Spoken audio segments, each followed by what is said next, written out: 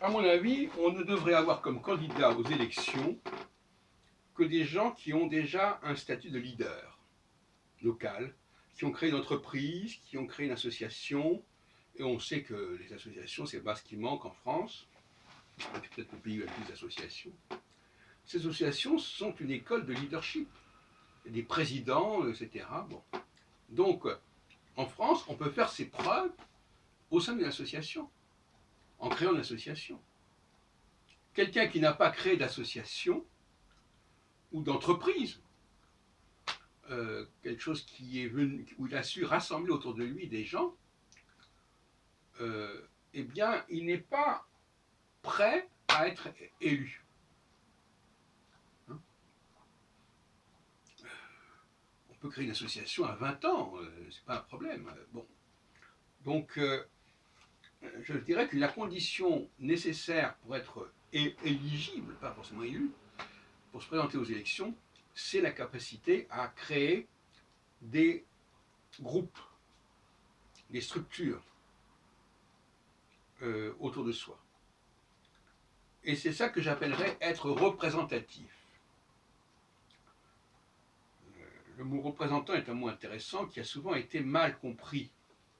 Les Anglais, les Américains ont créé la Chambre des représentants. Nous avons eu la Chambre des députés. Alors, est-ce que ces mots sont synonymes? Les Anglais emploient l'expression House of Commons, les, la maison des communs. Et en France, on est passé de l'expression Chambre des députés sous la Troisième République et la Quatrième République, je crois, à la notion d'Assemblée nationale. Alors, c'est pas du tout pareil. Dans le cas des députés, vous avez des personnes, les députés. Chambre nationale, vous avez un adjectif national, qui est beaucoup plus vague. Et c'est très fâcheux. Je crois qu'il faut revenir à la notion de Chambre des députés.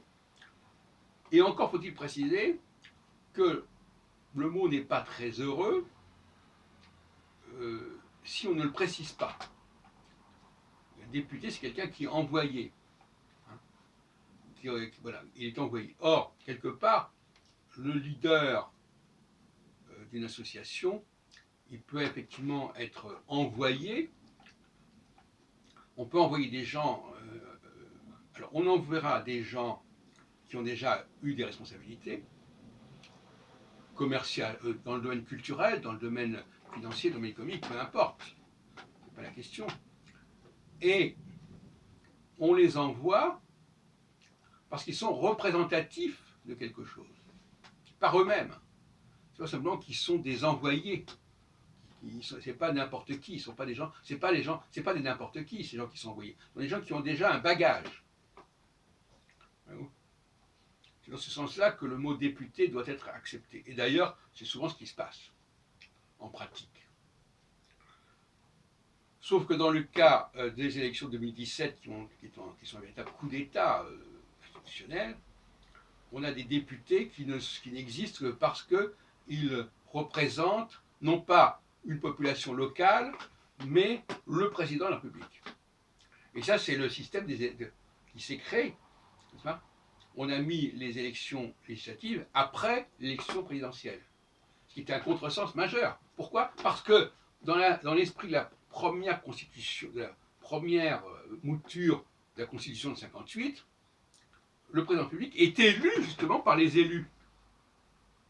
Et donc, comment pourrait-il. Alors, donc, avec le système du suffrage universel, le président public est élu avant les élus.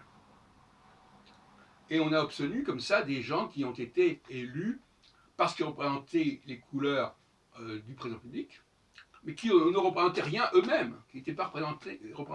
Donc, c'était des gens qui représentaient celui qui était en haut et non pas ceux qui étaient en bas. Il y a déjà une confusion terrible. Voilà.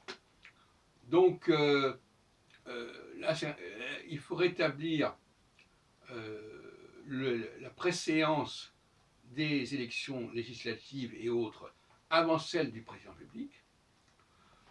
Et elle ne doit pas non seulement être suivie, parce qu'elles ne sont pas forcément, c'est la théorie du quinquennat, élection en même temps. Non. Donc, que le président public soit capable de cohabiter avec des, des députés qui ne sont pas forcément de son bord, mais c'est justement à lui de s'en sortir, il a les pouvoirs pour le faire. D'ailleurs, un cas remarquable, c'est quand Mitterrand est arrivé au pouvoir en 81 et qu'il a dissous immédiatement l'Assemblée nationale, qui a été élue en 78, donc 3 ans seulement plus tôt, au lieu d'attendre 2 ans pour les nouvelles élections. Ça fait partie des droits de dissolution qui fait partie de la Constitution, ce dont a joué d'ailleurs Jacques Chirac en 97, en anticipant d'un an les élections législatives prévues, puisqu'il avait été élu en 95 et que le nouveau Parlement, l'Assemblée nationale, datait de 93. Donc il aurait fallu attendre 98 et il a préféré faire ça en 97. Donc là aussi, il y a un cafouillage qui est assez flagrant.